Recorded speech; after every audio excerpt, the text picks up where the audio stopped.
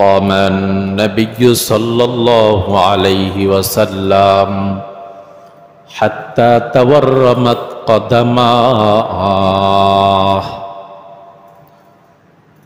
قيل يا رسول الله صلى الله عليه وسلم قد غفر الله لك من ذنبك ما تأخر وما تقدم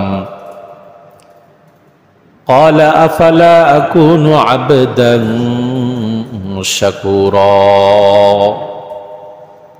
আল্লাহ রসুল সাল্লাল্লাহু আলাইহি সাল্লাম সারা রাত দাঁড়িয়ে নামাজ পড়তেন, পা মোবারক ফুলে যেত।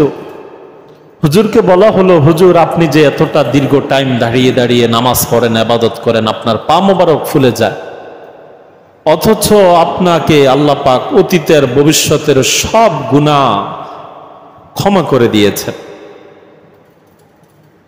আল্লাহ রসুলের অতীতের ভবিষ্যতের সব গুনাহ কি অগ্রিম ক্ষমা। এরপরও রসুল দাঁড়িয়ে দাঁড়িয়ে সারাটা রাত নামাজে থাকতেন, পা মোবারক ফুলিয়ে দিতেন। কতটা নামাজের আগ্রহী ছিলেন পয়গম্বর। তো হুজুর আপনি এটা কেমন কেন করেন? আপনার গুনাহ মাফ, তারপর আপনি এতটা নামাজের প্রতি আগ্রহী কেন? তখন রাসূল সাল্লাল্লাহু আলাইহি সাল্লাম যে উত্তরটা দিলেন, হুজুর বলেন, আফালা আকুনু আবদান শাকুরা।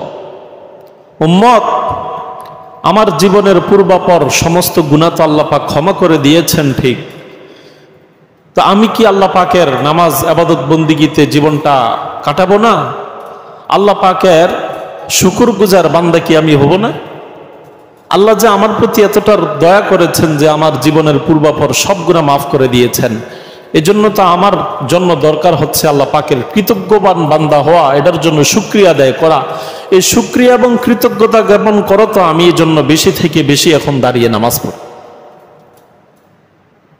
যেহেতু আল্লাহ পাক আমার প্রতি দয়া করেছেন, তাহলে আমাকেও আল্লাহ পাককে দেখাতে হবে, দাঁড়িয়ে একটু নামাজ ইবাদত বন্দেগী করার মাধ্যমে তার শুকরগুজার বান্দা হয়ে তাকে দেখাতে হবে। এজন্য আমি একটু দাঁড়িয়ে দাঁড়িয়ে নামাজ পড়ার মাধ্যমে তার শুকরগুজার বান্দা হওয়ার চেষ্টা করি।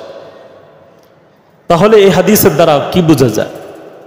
আল্লাহ রসুলের জিন্দিগিতে আমলের জজবা, আগ্রহ ছিল কি ছিল না? ছিল কিনা? নামাজের আগ্রহ ছিল কিনা? কতটা ছিল? যদি এতটা দাঁড়িয়ে থাকতেন, পা মোবারক ফুলে যেত। আমার আপনার জিন্দিগিতে এটা কয়দিন হয়েছে?